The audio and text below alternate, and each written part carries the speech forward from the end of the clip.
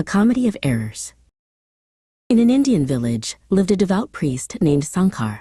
He was known for his deep faith in Lord Shiva and his disciplined life. Every morning before sunrise, he would bathe in the nearby river, chanting prayers. On his way home, Sankar always passed a small vegetable garden. Out of habit, he would pluck a few vegetables for his meals. Though he believed this harmless, it was in fact an unspoken theft that would later bring misfortune.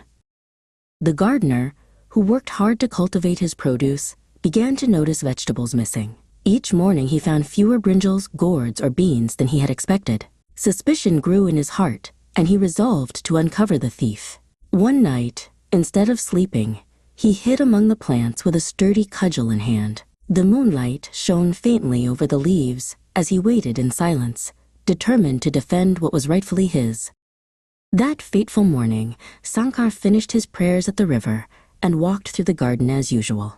He bent down and picked 4 shining brinjals, believing the gardener would forgive such a small act. At that moment, the gardener leapt from his hiding place and struck him sharply on the head with the cudgel. Sankar fell to the ground crying, "Hey Shiva! Hey Shiva!" before going unconscious. The silence of dawn was broken by the heavy thud of his fall.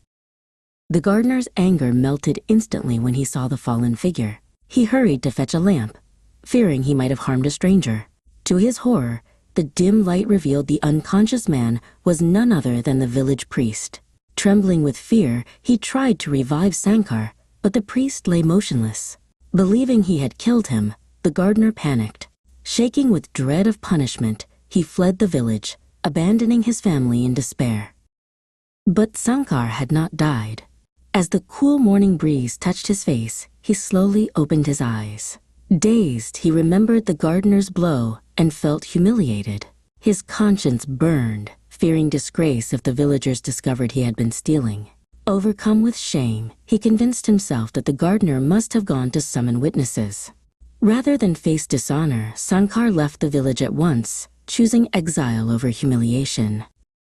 When Sankar failed to return home by midday, his wife grew anxious. She searched for him in the temple, calling his name, but he was nowhere to be found.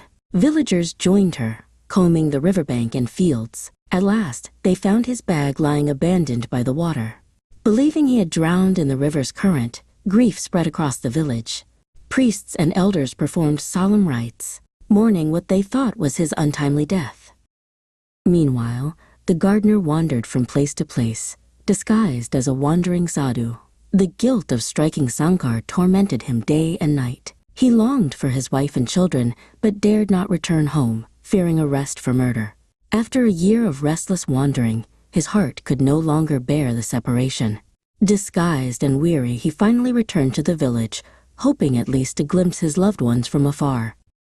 Upon returning, he overheard villagers whispering about him. They believed he had murdered Sankar and burned his body in secret. The discovery of bones in his garden's fire pit had convinced everyone of his guilt. Shocked by the rumors, the gardener realized Sankar must still be alive, hiding somewhere. Determined to clear his name, he set out once again on a lonely journey, searching for the priest he thought he had killed.